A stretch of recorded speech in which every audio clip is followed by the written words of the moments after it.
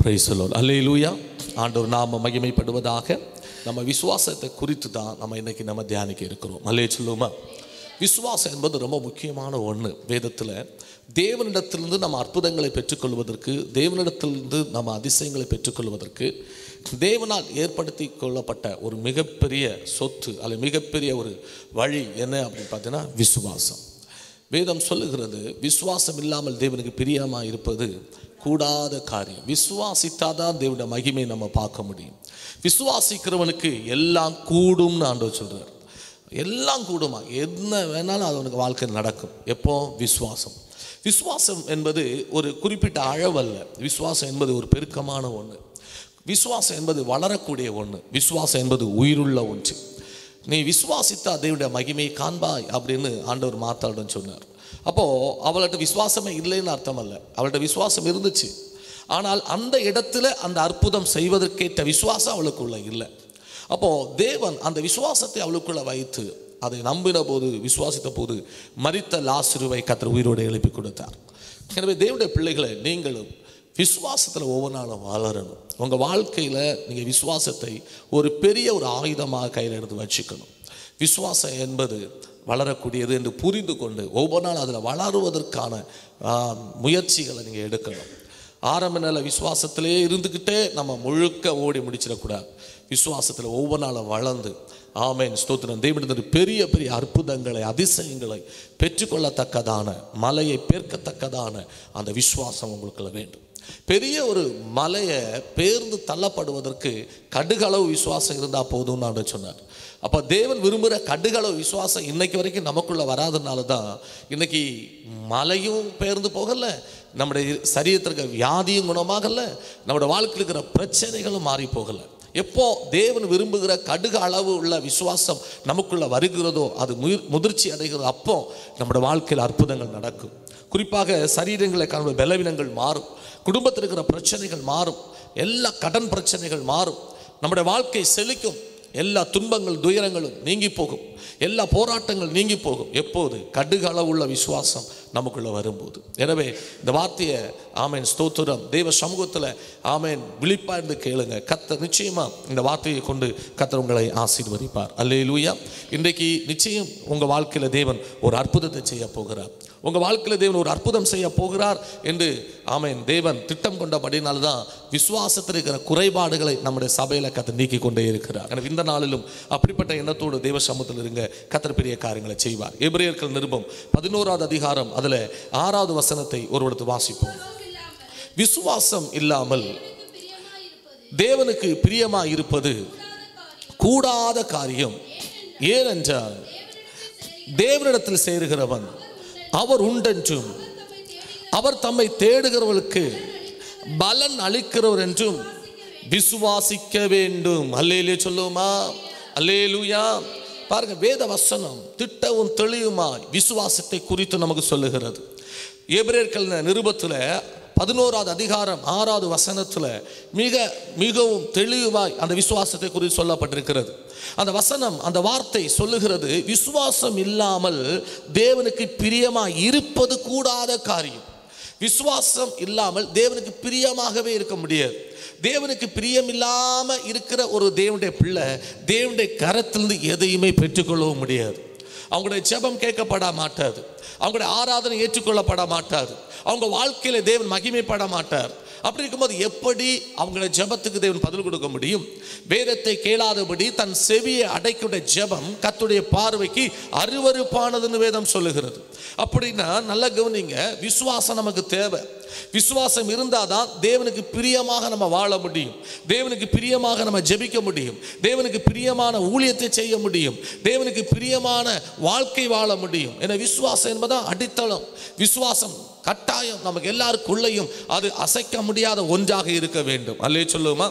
பல நேரங்களில் நமக்குள்ள இருக்கிற விசுவாசத்தை குறைப்பதற்கு, நம்முடைய விசுவாசத்தை சிதைப்பதற்கு எதிராளியான பிசாசு பலவிதமான சோதனைகளை கொண்டு வருவான், வேதனைகளை கொண்டு வருவான், பாடுகளை கொண்டு வருவான், பிரச்சனைகளை கொண்டு வருவான், தோல்வியை கொண்டு வருவான், நஷ்டத்தை கொண்டு வருவான், பலவிதமான வியாதிகளை கொண்டு வருவான். ஆனால் அதுலக்கெல்லாம் நம்ம அசைந்துடக்கூடாது.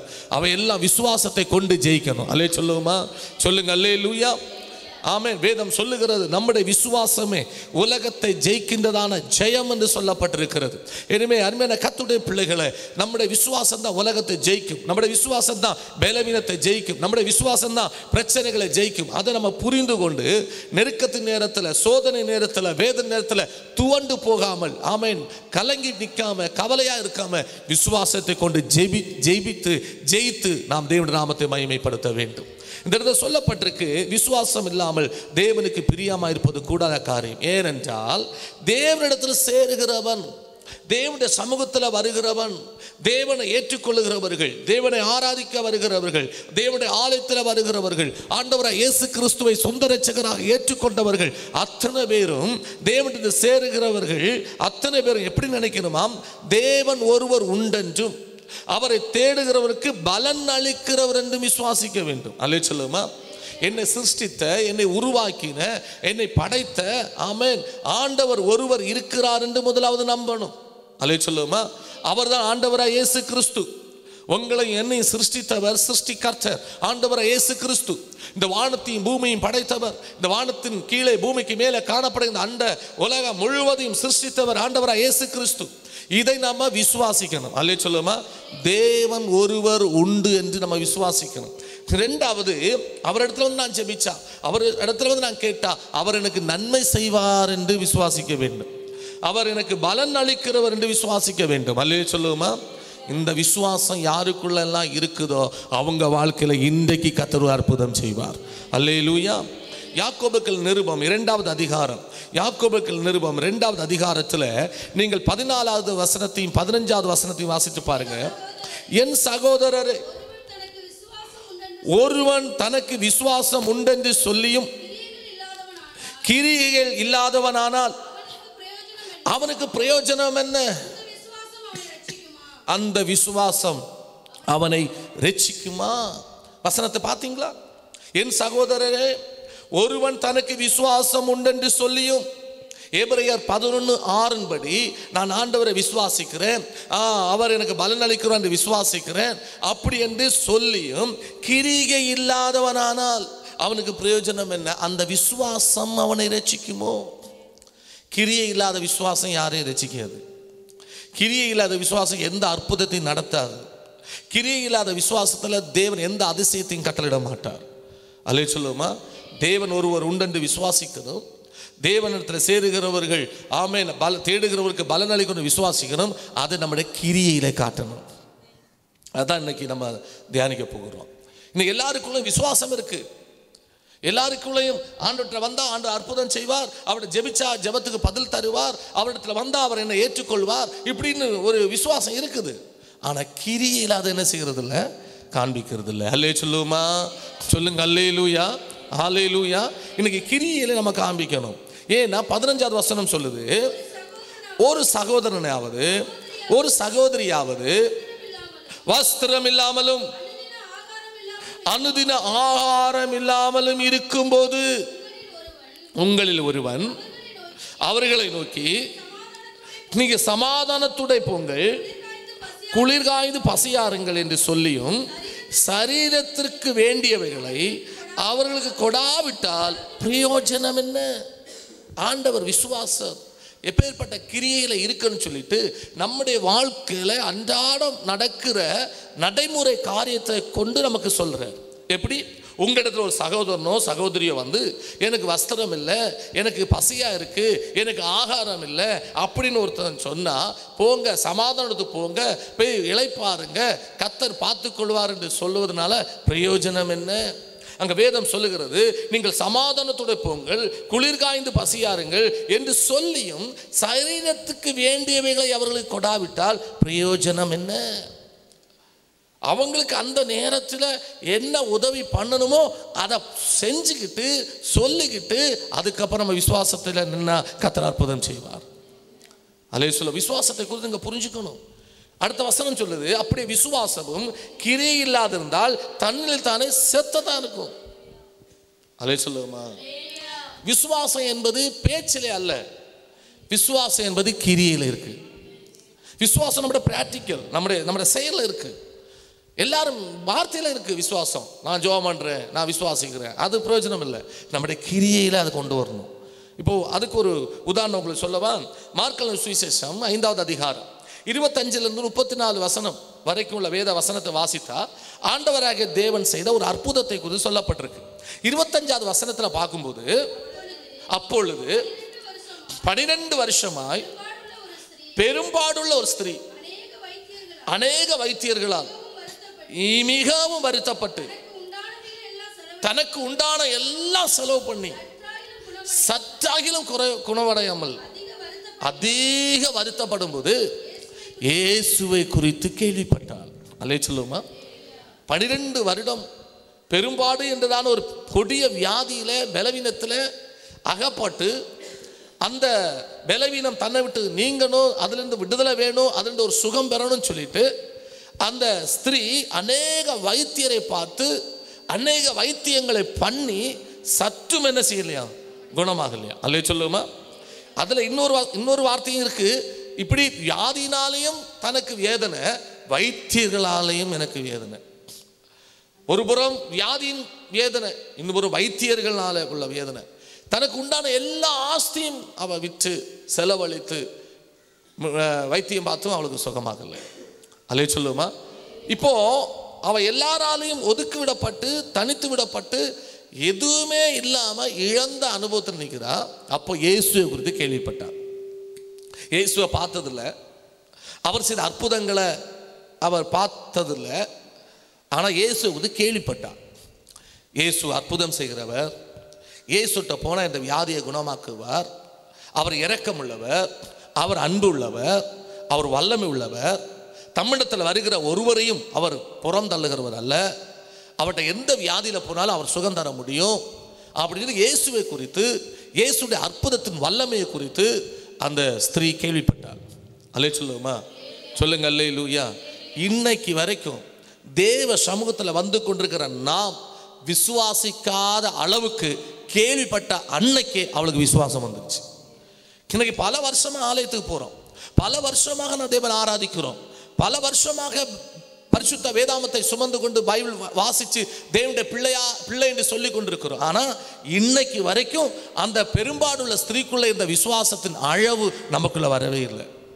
நம்ம ஆண்டவரை நல்லா மகிமைப்படுத்துகிறோம், அவருடைய வசனங்களை நல்லா தியானிக்கிறோம், செய்திகளை நிறைய கேட்குறோம், ஆண்டவரை குறித்து நல்ல பரிச்சயம் நமக்கு உண்டு, நிறைய அனுபவங்கள் உண்டு. ஆனாலும் அந்த ஸ்திரீக்குள்ளே இருந்த அந்த விசுவாசத்தின் அளவு நமக்கு இல்லை.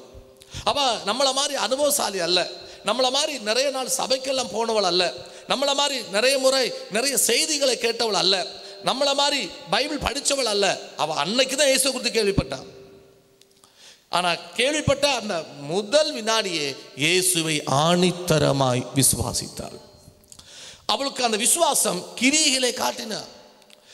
தனக்கு ஒரு வியாதி இருக்கு, தனக்கு ஒரு கஷ்டம் இருக்கு, தனக்கு ஒரு ஆமென் ஸ்தோத்திரம் ஒரு பொல்லாத பாடு இருக்குன்னு சொல்லிட்டு வீட்டில் இருக்கல, இயேசு இருக்கிற இடத்துக்கு அவ வந்து நின்றாள்னு வேதம் சொல்லுகிறது. அப்போ கிரியையில காமிக்கிறார். இயேசுவை குறித்து கேள்விப்பட்ட உடனே அவள் அங்கே இருந்து ஜெபம் பண்ணிருக்கலாம்ல, அங்கே இருந்து இயேசுவை கூப்பிட்டு இருக்கான்ல, ஆனால் அவள் இயேசு இருக்கிற ஏரியாவுக்கு வந்தா. அதான் கிரியை. அல்லே சொல்லுமா? விசுவாசம் இருக்குன்னு சொல்லி வீட்டுக்குள்ள இருந்து அற்புதம் நடக்காது, தேவ சமூகத்தில் வந்தாதான் அற்புதம் நடக்கும். இன்னைக்கு நிறைய பேர் விசுவாசம் இருக்கு எனக்கு இருக்கு அப்படின்னு சொல்லிட்டு வீட்டுக்குள்ளே இருக்கிறாங்க, வீட்டுக்குள்ளே இருந்து ஜெபிக்கிறாங்க, வீட்டுக்குள்ளே இருந்து ஆமென் ஸ்தோத்திரம் தேவனை ஆராதிக்கிறாங்க, அதுவும் நல்லதுதான். ஆனால் தேவ சமூகத்தில் வந்து ஜெபிக்கும் போது, தேவன் இருக்கிற இடத்துல வந்து நிற்கும் போது கர்த்தர் உடனே ஒரு அற்புதத்தை செய்வார். அண்ணால பாருங்க, விசுவாசம் இருந்துச்சு, அவ வீட்டில் இருக்கலையே, தேவனுடைய ஆலயத்தில் சென்று கண்ணீர் வடித்து ஜெபம் பண்ணா, அந்த ஆலயத்தில் இருக்கிற தேவன் அவன் கண்ணீரை துடைத்து அற்புதம் செய்தார். இன்னைக்கு நிறைய பேர் அப்படிதான், எனக்கு தெரியும், நான் ஆண்டவர் நம்ப தான் செய்கிறேன், எனக்கு யாரும் ஒன்றும் சொல்லியெல்லாம் தர வேண்டாம் அப்படின்னு சொல்லி மெத்தனத்தில் இருக்கிறாங்க. இன்னைக்கு வரைக்கும் ஒரு அற்புதம் அவங்களால பெற்றுக்கொள்ள முடியல. பிரியமானவர்களே, இன்னைக்கு நீங்கள் பாக்கியவான்கள், விசுவாசம் இருந்து இன்னைக்கு கிரியில காண்பிச்சு தெய்வ சமூகத்தில் வந்திருக்கீங்க. இப்போ இந்த இடத்துல நீங்கள் பாருங்க, அந்த ஸ்திரீ இயேசு இருக்கிற இடத்துல வந்தால் சூழ்நிலை வித்தியாசமாக இருக்கு. அவன் என்ன நினைச்சு வந்திருப்பான்? இயேசு வந்து சிங்கிள், அதாவது தனி மனிதனாக ஒரு இடத்துல இருப்பார், அவர்கிட்ட போய் பார்த்து நம்ம விஷயங்களை சொல்லி ஜெபம் பண்ணிடலாம், அற்புதத்தை பெற்றலாம். ஆனால் இங்கே வந்து பார்த்தா திரள் கூட்ட ஜனத்தின் நடுவில் இயேசு நின்றார். அல்லே சொல்லுமா? அதுலேயும் அவளுக்கு சொந்தக்காரங்க, அவளுக்கு அறிமுகமானவங்க நிறைய பேர் அங்கே நிற்கிறாங்க. இவளை பார்த்த உடனே கூக்குரல் போட்டுருவாங்க, பெரும்பாடு உள்ள ஸ்திரீ வந்துட்டா அப்படின்னு சொல்லிட்டு. இப்போ அவளுடைய நிலைமை ரொம்ப மோசம். ஆனால் முன் வைத்த காலை பின் வைக்கவே இல்லை. கரங்கள் தள்ளி சொல்லுவோமா, நான் இயேசுவை பார்த்து அற்புதம் பெற்றுக்கொள்ளாமல் நான் போக மாட்டேன்னு ஒரு தீர்மானம் எடுத்தா. நீங்கள் விசுவாசத்தில் கிரியை காமிச்சிங்கன்னா நிச்சயமாக நீங்கள் எடுக்கிற தீர்மானம் உங்களை ஜெயத்துக்குள்ளே கொண்டு வந்து விட்டுரும். வேதம் சொல்லுது, பின்னாக ஜனக்கூட்டத்துக்கு பின்னாக சென்று இயேசுவின் வஸ்திரத்தை அவள் தொட்டாள். இயேசுவோட பார்க்கணும், இயேசுவோட பேசணும், என்னோட விஷயத்தை சொல்லணும் அப்படின்னு சொல்லி நினைச்சு வந்தவளுக்கு அந்த வாய்ப்பு இல்லாத போது இருக்கிற வாய்ப்பை பயன்படுத்தினாள். அதான் விசுவாசம். கரங்களை உயர்த்தலே சொல்லுமா, அதான் விசுவாசத்துடைய கிரியை. அதே யாக்கோபு 2வது அதிகாரம் 20வது வசனம் வாசிச்சு பாருங்க. வீணான மனுஷனே, கிரியை இல்லாத விசுவாசம் செத்ததென்று அறிய வேண்டாமோ? அப்போ விசுவாசம் கிரியையில் இருந்தால் உயிர் உள்ளதா இருக்கும், இல்லைன்னா செத்ததாக இருக்கும். இந்த இடத்துல நம்ம பார்க்கும்போது அவள் பின்னாக வந்து இயேசு வஸ்திரத்தை தொட்டார். இப்ப நடக்கிற காரியத்தை பாருங்க. திரள் கூட்ட ஜனங்களுக்கு நடுவில் இயேசு நின்றார். இயேசு சொல்றாரு, என்னை தொட்டது யார் என்று கேட்கிறார். என்னை தொட்டது யார்? என்னை யாரோ ஒருத்தவங்க தொட்டிருக்கிறாங்க, அது யாரு அப்படின்னு கேட்கிறார். சீசர்கள் சொல்றாங்க, இவ்வளோ ஜனங்கள் உண்மை நெருக்கி கொண்டிருக்கிறாங்களே, இதுல என்னை தொட்டதுன்னு நீங்க கேட்குறீங்களே, நாங்க எப்படி கண்டுபிடிச்சு சொல்ல முடியும்? அந்த வசனத்தை வாசிங்க. அதுக்கு முந்தின வசனம் சேர்த்து. உடனே இயேசு தம்மிலிருந்து வல்லமை வெளிப்பட்டதை தமக்குள் அறிந்து ஜனக்கூட்டத்துக்குள்ளே திரும்பி என் வஸ்திரத்தை தொட்டது யார் என்று கேட்டார். உடனே வல்லமை வெளிப்பட்டது. நீ விசுவாசத்தின் கிரியை மூலமாக இயேசுவை தொடும்போது தேவனிடத்தில் வல்லமை புறப்பட்டு வரும். அல்லே சொல்லுவோமா? இந்த இடத்துல இந்த பெரும்பாடுள்ள ஸ்திரீக்கு அவ விரல்னால் இயேசு வஸ்திரத்தை தொட்ட உடனே இயேசுவிலிருந்து வல்லமை புறப்பட்டு ஆமேன் பெரும்பாடுள்ள ஸ்திரீக்குள்ள போயிடுச்சு. இங்க நடக்கிற காரியம் என்னன்னா, என்னை தொட்டது யாருன்னு கேட்கிறாரு. அதுக்கு சீசர்கள் என்ன சொல்றாங்க? அவருடைய சீசர்கள் அவரை நோக்கி, திரளான ஜனங்களுமே நெருக்கி கொண்டிருக்கையில் நீர் கண்டும், ஆண்டவரே எல்லாரும் உங்களை நெருக்கி கொண்டிருக்கிறாங்க, எல்லாருடைய கையும் உங்க மேல படுது, எல்லாரும் உங்க மேல வந்து விழுறாங்க, அப்படி நீங்க அறிஞ்சு வச்சுக்கிட்டு கண்டுட்டு என்னை தொட்டது யாருன்னு கேட்டா எப்படிப்பா நாங்க சொல்ல முடியும்? அல்லே சொல்லுங்க. உங்களுக்கு புரியுதா நான் சொல்றது? திரள் கூட்ட ஜனங்கள் நெருக்கம், ஒரு கூட்ட நெரிசலுக்குள்ள போகும்போது யார் யார் நம்மளை மிதிக்கிறது தொடுறது நம்மளுக்கு சொல்ல முடியுமா? சொல்லுங்க. ஒரு கூட்டம் உள்ள பஸ்ல நீங்க டிராவல் பண்றீங்க, கூட்டத்திற்குள்ள நிற்கும் போது யார் நம்மளை தொட்டது எப்படி தெரியும்? நம்மளை சுற்றி 10 பேர் நிற்கிறாங்க. அதே மாதிரி தான் அதோட பெருங்கூட்டத்தில் இயேசு நிற்கிறாரு. நிறைய பேர் அவரை தொடுறாங்க, நிறைய கை அவருக்கு கை மேலே படுது, நிறைய சோல்டர் அவங்க சோல்டர் மேலே படுது, இயேசு வஸ்திரம் நிறைய பேருக்குள்ள ஆமீன் படுது.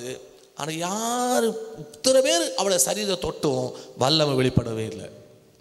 அல்லே சொல்லுவோமா? இப்போ சீசரில் கேட்குறேன், நீங்கள் கண்டும் இப்படி கேட்குறீரு. உன் ஆண்டவர் அதுக்கு என்ன சொன்னான்னு தெரியுமா? இல்லை, இதை செய்தவளை காணும்படிக்கு பார்த்தார். ஆமென். அல்லே சொல்லுவோமா? இல்லை, யாரும் என்னை தொட்டது உண்டு. அப்படின்னா அவ்வளோ கூட்ட ஜனங்கள் இயேசுவை விசுவாசித்தாங்க. அவ்வளோ ஜனங்கள் இயேசுவை விசுவாசித்தான் பின்பற்றி போகிறாங்க. ஏசப்பா சுகம் தருவார், ஏசப்பா அற்புதம் செய்வார், ஏசப்பா எனக்கு விடுதலை தருவார் அப்படின்னு இயேசுவை பின்பற்றி வந்தவங்க அத்தனை பேருமே விசுவாசம் உள்ளவங்க தான்.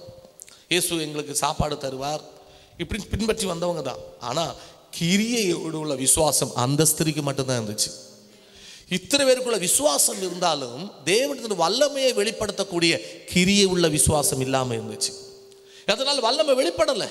இப்ப கிரியை உள்ள விசுவாசத்தோடு அந்த பெரும்பாலுள்ள ஸ்திரீ தொட்ட போது வேதம் சொல்லுகிறது வல்லமை வெளிப்பட்டது. ஆண்டவர் என்ன சொன்னார்? ஸ்திரீயே, உன் விசுவாசம் பெரியது, நீ வேதம் நீங்கி சமாதானத்தோடு போ, உன் வேதம் நீங்கி சுகமாயிரு. அப்ப விசுவாசம் எப்படிப்பட்டதா இருக்கணும்னு பாருங்க. விசுவாசம் கிரியை உள்ளதா இருக்கணும். கர்த்தரை நீங்க விசுவாசிக்கிறீங்க அப்படின்னா அது கிரியையில காமிக்கணும், அது ஜெபத்தில் காமிக்கணும், ஆலயங்களுக்கு வரணும், கூட்டங்களை பங்கு பெறணும், ஜெபம் பண்ணணும், தேவனை நோக்கி ஆமென் ஸ்தோத்திரம் கதறணும், கூப்பிடணும்.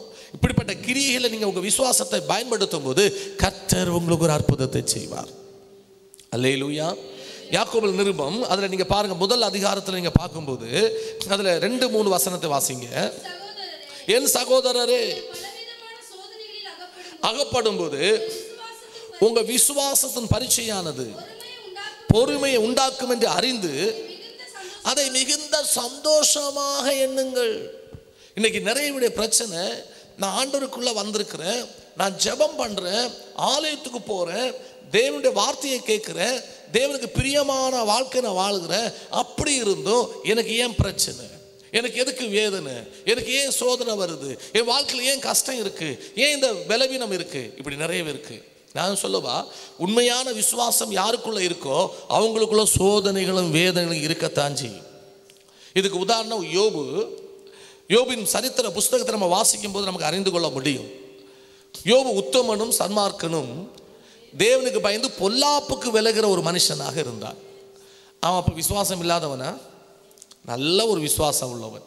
அல்லே சொல்லுமா, அவன் உத்தமனும் சன்மார்க்கனும் தேவனுக்கு பயந்து பொல்லாப்புக்கு விலகிற ஒரு விசுவாசம் உள்ள ஒரு நீதிமானாக, ஒரு உத்தமனாக, ஒரு தேவ மனுஷனாக இருந்தனால கர்த்தர் அவனையும் அவனுக்கு உண்டான எல்லாவற்றையும் ஆசீர்வதித்து வேலி அடைத்து பாதுகாத்து கொண்டிருந்தார். அல்லே சொல்லுமா, அவன்கிட்ட எந்த பிழையும் இல்லை, அவன்கிட்ட எந்த குற்றமும் இல்லை, அவன்கிட்ட எந்த பாவமும் இல்லை. அதனால கர்த்தர் அவனுக்கு ஒரு பெரிய பாதுகாப்பை கொடுத்திருந்தார். அவனுக்கு உண்டான எல்லாவற்றையும் கர்த்தர் ஆசீர்வதித்திருந்தார். அவன் சமுதாயத்திலே, அந்த தேசத்திலே கனம் பெற்ற ஒரு மனிதனாக இருந்தான். அவனுடைய சம்பத்து விருத்தி அடைந்திருந்தது. அவனுடைய பிள்ளைகள் செழிப்பா இருந்தாங்க. அவனுக்கு ஆஸ்திகளுக்கு குறைவில்லை. அவன் மிகப்பெரிய ஒரு செல்வ சீமானாக இருந்தான். அப்படிப்பட்ட ஒரு நல்ல நிலையில் இருந்த ஒரு மனுஷனுக்கு தான் என்ன வந்துருச்சு? சோதனை வந்துருச்சு. அவனை தான் சோதிக்கும்படி பிசாசு தேவனுடைய சமூகத்தில் போய் உத்தரவு வாங்கிட்டு வானா. அல்லே சொல்லுவோமா, இதில் ஒன்று நீங்கள் சிந்திக்கணும். காரணம் இல்லாமல் யோபு சோதிக்கப்படுகிறான். பிசாசுக்கு கையில் தேவன் யோபு ஒப்பு கொடுக்கிறார். அவனை ஜீவனை மட்டும் தப்ப விடு, பாக்கி எல்லாமே அவன் கையில் தான் இருக்கான், அவன் இஷ்டப்படி செய்யணும். பிசாசு நான் நினைக்கிறேன் அவனோட முழு பலத்தையும் பயன்படுத்தி யோபுவை சோதிச்சிருப்பான். கரங்களை உயர்த்தி அல்லேலூயா சொல்லுமா, சொல்லுங்க அல்லேலூயா. அவனுக்கு ஒரு பெரிய சவால் அது. யோபுவை தோற்கடிக்கணும், ஆண்டவரை தோற்கடிக்கணும். அப்படிப்பட்ட ஒரு எண்ணத்துல தான் பிசாசு செயல்படுறான். அப்படின்னா அவனுக்கிட்ட இருக்கிற முழு பலத்தினால முழு வல்லமையும் பயன்படுத்தி யோபுவை சோதிச்சிருப்பான். யோபு எந்த அளவுக்கு நிலை குலைந்து போனான் என்பது நமக்கு தெரியும். எந்த அளவுக்கு அவன் நிர்கதியாக மாறினான்னு நமக்கு தெரியும். ஒரே நாளில் அடுத்தடுத்து நஷ்டங்கள், இழப்புகள், கஷ்டம். 10 பிள்ளைகள் மரித்து போறாங்க, இருக்கிற ஆஸ்திகள் போகிறது, ஆடு மாடு போகிறது, வேலைக்காரிகள் போகிறது, வீட்டை இழக்கிறார். கடைசியாக இருந்த மனைவி கூட யோபுக்கு விரோதமாக தூசண வார்த்தைகளை சொல்லுகிறத நம்ம பார்க்குறோம். நல்ல கவனமாக கேளுங்க. இவை எல்லாவற்றின் நடுவிலையும் யோபு எல்லாவற்றையும் இழந்தான். தனக்கு அன்புக்குரியவங்க, பாசத்துக்குரிய எல்லாம் இழந்தான். ஆனால் ஒன்றை மட்டும் இழக்கலை. அது என்னென்ன? விசுவாசம். கரங்களை உயர்த்தி சொல்லுமா. அப்போ நல்லா புரிஞ்சுக்கணும். யோபுடைய வீட்டை தொட்ட பிசாசு, யோபுடைய மனைவியை தொட்ட பிசாசு, யோபுடைய பிள்ளைகளை தொட்ட பிசாசு, யோபுடைய எல்லா ஆஸ்திகளையும் தொட்ட பிசாசு யோபுடைய விசுவாசத்தை தொட முடியல. கரங்களை உயர்த்தி சொல்லுமா. நீங்க எது வேணும் இழந்துருங்க, எது வேணாலும் உங்களை விட்டு தூரம் போட்டோம். ஆனா விசுவாசம் உங்களுக்குள்ள இருந்தா மீண்டும் உங்க சுக வாழ்வு துளிர்க்கும். கரங்களை உயர்த்தி அல்லேலூயா சொல்லுமா. ஹல்லேலூயா, அல்லேலூயா. நல்ல கவனமா கேளுங்க. ஒவ்வொன்றையும் விசுவாச வார்த்தையை கொண்டே யோபு ஜெயிக்கிறத பார்க்கிறோம். பிசாசை ஜெயிக்கிறதுக்கு ஒன்னே ஒன்று விசுவாசம் தான். பிசாசுக்கு எதிர்த்து நில்லுங்க, அப்போது அவன் உங்களை விட்டு ஓடி போவான். எப்படி எதிர்த்து நிற்கணும்? விசுவாசத்தோடு. விசுவாசத்தோடு நீங்க எதிர்த்து நின்னீங்க அப்படின்னா அவங்கள்ட்ட ஓடி போயிடுவான். யோபுவை நீங்க பார்த்தீங்கன்னா விசுவாசம் தான். அவங்க மனைவி சொல்றா, இன்னும் ஏன் உங்களோட உத்தமத்தில் நிற்கிறீர்? அப்படி நான் இப்படி உங்களுக்கு சொல்லவா, இன்னும் ஏன் உங்களோட விசுவாசத்தில் நீங்க நிற்கிறீர்? தேவனை தூசித்து ஜீவனை விடும். அப்படின்னா விசுவாசத்தை விடும். விசுவாசம் ஒன்று பிடிச்சு நிற்க வேண்டாம். ஒண்ணுமே இல்லை, எல்லாம் இழந்தாச்சு. இவ்வளோ விசுவாசம் சொல்லி உங்களுக்கு என்ன கிடைச்சிருச்சு அப்படின்னு யோபுடைய விசுவாசத்தை பழித்து பேசினார். தேவனை தூசித்து ஜீவனை விடும்னு சொன்னார். அப்போ யோபு என்ன சொன்னான் தெரியுமா? அதற்கு அவன், நீ பைத்தியக்காரி பேசுகிறது போல என்ன செய்கிற பேசுகிறார். தேவனுடைய நன்மையை பெற்ற நாம் தீமையை பெற வேண்டாமோ? விசுவாசிக்கிறதுனால தீமை வராதுன்னு அர்த்தமா? தீமையும் வரும். ஆனா அந்த தீமையை என்ற விசுவாசத்தை கொண்டு நான் ஜெயிப்பேன். கரங்களை உயர்த்தி அல்லேலூயா சொல்லுங்க.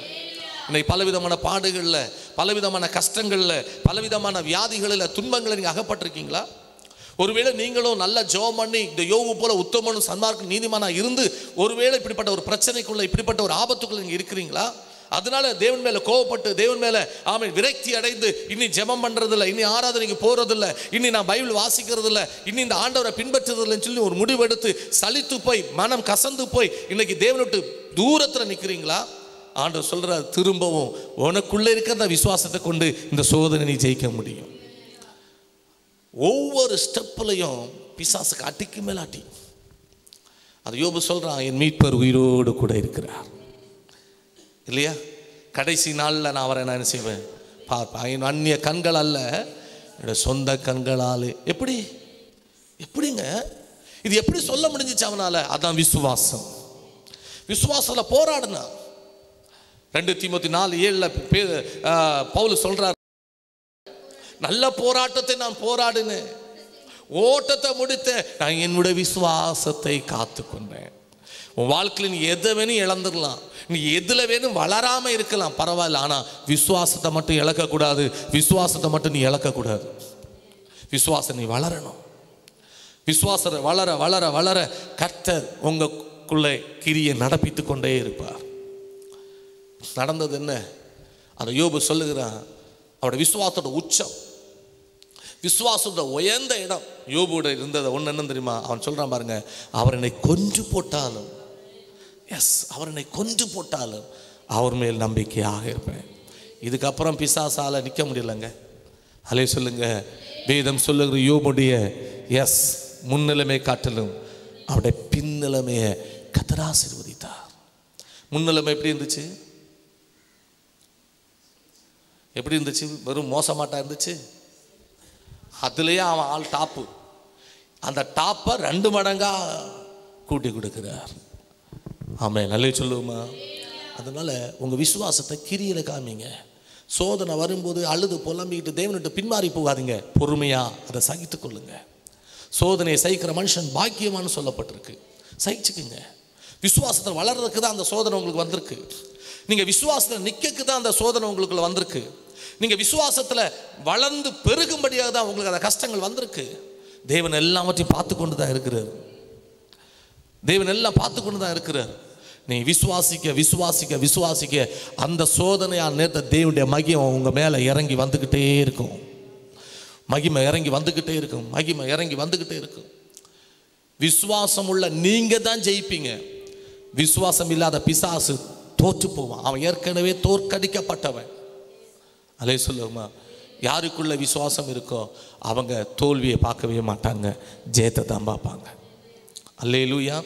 அதனால தான் 2 ராஜாக்கள் புஸ்தகம் 3வது அதிகாரம் 17வது வசனத்துல எலிசா தீர்க்கதரிசி சொன்னார், காற்றையும் நீங்கள் காற்றையும் காண மாட்டீர்கள், மழையையும் காண மாட்டீர்கள், ஆனாலும் நீங்களும் உங்கள் ஆடு மாடுகளும் மிருக ஜீவங்களும் குடிக்கும்படிக்கு இந்த பள்ளத்தாக்கு தண்ணீரால் நிரப்பப்படும். கரங்களை தட்டி ஆண்டவர் நாமத்தை நம்ம மகிமைப்படுத்துவோமா? இதுதான் விசுவாசனுடைய கிரியை. வனாந்தரத்தில் தண்ணி இல்லை, அங்கே நதி கிடையாது, மழை கிடையாது. ஆனால் ஒரு தீர்க்கதரிசி சொல்றார் விசுவாசத்தோடு, நீங்கள் முதல்ல யுத்தம் செய்கிறதுக்கு மும்முரம் ஆகாமல் இந்த வனாந்தரத்தில் வாய்க்கால்களை வெட்டுங்க. அதுதான் கிரியை. அலே சொல்லுவோமா?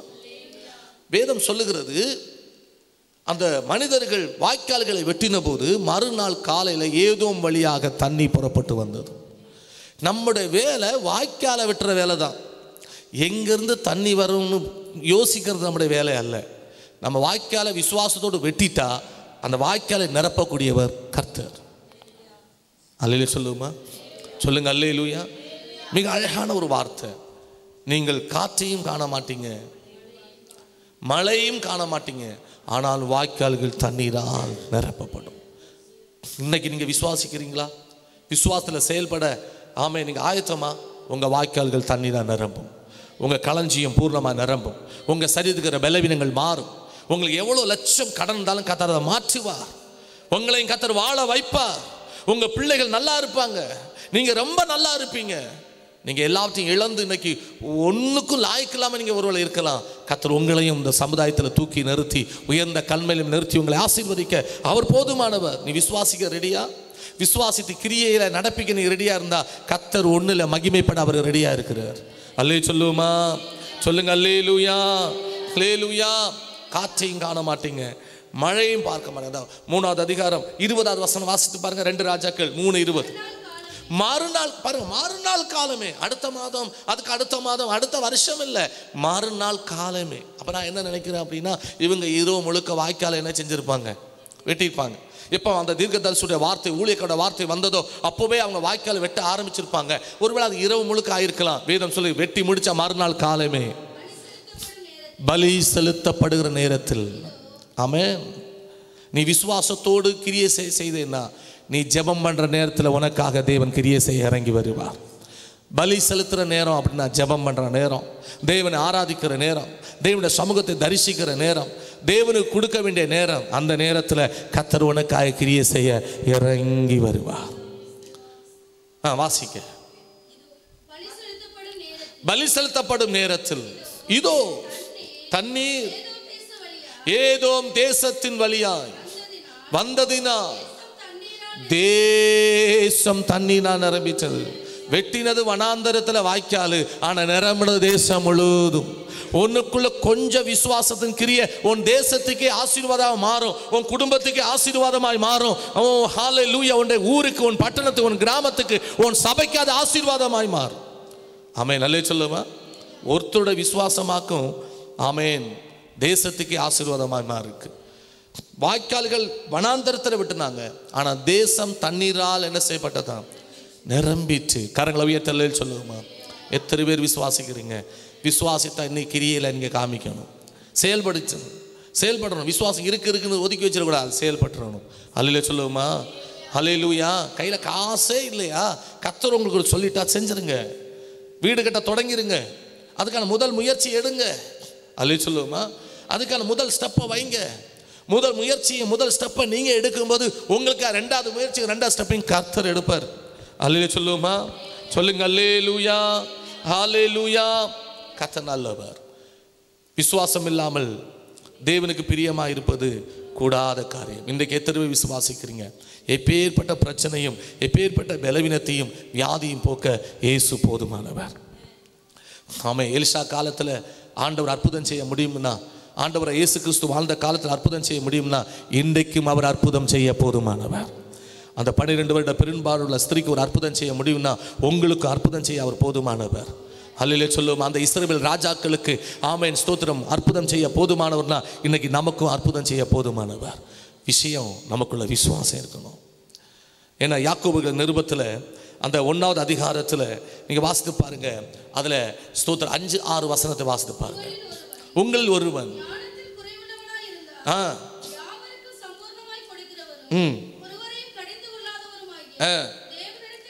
தேவனிடத்தில் கேட்க கடவன், அப்பொழுது அவனுக்கு கொடுக்கப்படும்.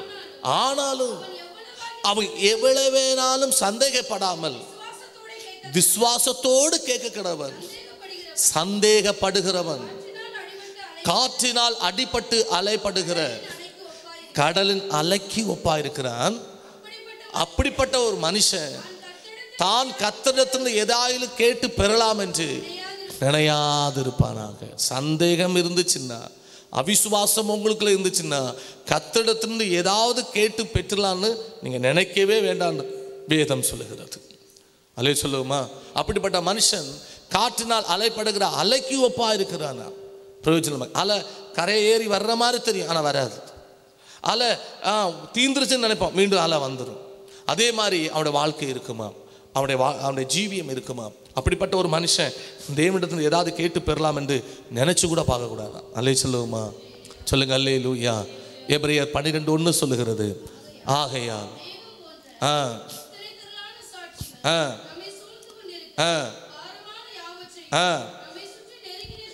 நீ விசுவாசிக்க கூடாதபடி காணப்படுகிற பாவமான காரியத்தை, பாரமான காரியத்தை நீ உன்னை விட்டு நீக்கி விசுவாசத்தை துவக்கிறவரும் முடிக்கிறவருமாகிய இயேசுவை நோக்கி ஆமென் நீ ஓடணும். ஆமென். நல்ல சொல்லுமா. நிறைய பேர் இயேசுவை நோக்கி பார்க்காதனால தான் அவிசுவாசத்தினாலே உங்க இருதயம் நிரப்பப்பட்டிருக்கிறது. ஒரு தகப்பன் வந்தார், இயேசுட வந்து ஆண்டவரே, என் மகனை சுகமாக்கும்படி உம்முடைய சீசத்தில் கொண்டு வந்தேன், ஆனால் அவர்களால் கூடாமல் போயிட்டு, உம்மால் ஏதால் செய்ய முடிஞ்சா செய்யுங்கன்னு சொன்னபோது ஆண்டவர் சொன்னார், நீ விசுவாசித்தா அவனுக்கு கூடும்னு சொன்னார். அந்த வார்த்தையை கேட்டவுடனே அந்த தகப்பனார் சொன்ன ஒரு வார்த்தை, என்னுடைய அவிசுவாசம் நீங்க எனக்கு உதவி செய்யும். இன்னைக்கு அதுதான் நம்ம இன்னைக்கு ஜெபிக்கணும். அன்னையோட வாழ்க்கையில் இயேசு கிறிஸ்து அற்புதம் செய்ய முடியாமல் இருக்க காரணமே உங்களுக்குள்ள இருக்கிற அவிசுவாசம். இது நடக்குமா நடக்காத என்று இரு மனசா இருக்கிறதுனால தான் ஆண்டவர் இன்று வரைக்கும் உன் வாழ்க்கையை கட்டி எழுப்ப முடியாம இருக்கு, உன் வாழ்க்கையில் ஒரு அற்புதம் செய்ய முடியாம இருக்கு. இன்னைக்கு அந்த அவிசுவாசத்தை தூக்கி போடுவதற்கு நீ ஆயத்தமா இருப்பாய் என்று சொன்னால், இன்றைக்கே இப்போதிருந்து கர்த்தர் உனக்கு ஒரு அற்புதம் செய்ய அவர் போதுமானவராயிருக்கிறார். அவிசுவாசம் தேவனிடத்தின் கிரியை நடப்பிக்க மாட்டாது. உன்னுடைய விசுவாசம் தான் தேவனிடத்தின் கிரியை நடப்பிக்கும். விசுவாசத்தை தொடக்கிறவரும் முடிக்கிறவரும் ஆண்டவராய் இயேசு கிறிஸ்து தான். உனக்காக சிலுவையில் ரத்தம் சிந்தி உனக்காக யாவையும் செய்து முடித்திருக்கிறார். உனக்காக யாவையும் செய்து முடித்திருக்கிற அந்த ஆசீர்வாதத்தை நீ பெற்றுக்கொள்வதற்கு உனக்கு விசுவாசம் தேவை. அந்த விசுவாசம் கிரியை உள்ளதாக இருக்க வேண்டும். அல்லே சொல்லுமா, எல்லாரும் நம்ம ஜெபிக்க போகிறோம். ஆண்டவரே, என்னதுக்கு அவிசுவாசத்தை நீக்குங்க. சந்தேகப்படாமல் கேளுங்க, சந்தேகப்படாமல் ஆண்டவரை நோக்கி கேளுங்க. கர்த்தர் நிச்சயமா உங்களுக்கு ஒரு அற்புதத்தை செய்வார். உங்களுடைய பலவீனம் எத்தனை வருஷமா இருந்தாலும் அதை இன்னைக்கு நீக்குவார். சந்தேகம் இருந்துச்சுன்னா ஆண்டவர் அற்புதம் செய்ய முடியாது. எனக்கு சந்தேகத்துக்கு போக்க நீங்க ஜெபிக்கணும். சந்தேகப்படாமல் கேளுங்க. எல்லாரும் முழங்கால் படிட்டு ஆண்டவரை நோக்கி கேளுங்க. இருக்கிற இடத்துல கண்களை மூடி, ஆமேன். உங்க பலவீனமான பகுதியில் உங்க கையை வைங்க பாருங்க. பலவீனமா இருக்கிற இடத்துல, வியாதி இருக்கிற இடத்துல உங்க வலது கையை வைங்க. உங்க பிரச்சனைகளை நினைச்சிருங்க, உங்க சூழ்நிலை நினைச்சிருங்க. இப்போ விசுவாசத்தோடு நீங்க ஜெபம் பண்ணுங்க. சந்தேகப்படாமல் ஜெபம் பண்ணுங்க. கர்த்தர் நிச்சயம் உங்களுக்கு அற்புதம் செய்வார். ஆண்டவராய் இயேசு கிறிஸ்து உங்களுக்கு செய்வார். ஆமென், ஹல்லேலூயா. வானம் எனக்கு சிங்காசனம், பூமி எனக்கு பாதபடி என்று சொல்லவர், ஒருவரும் கண்டிராதவர், காணக்கூடாதவராய் இருக்கிற தேவன். அவர் சர்வ வல்லமையுள்ளதான தேவன்.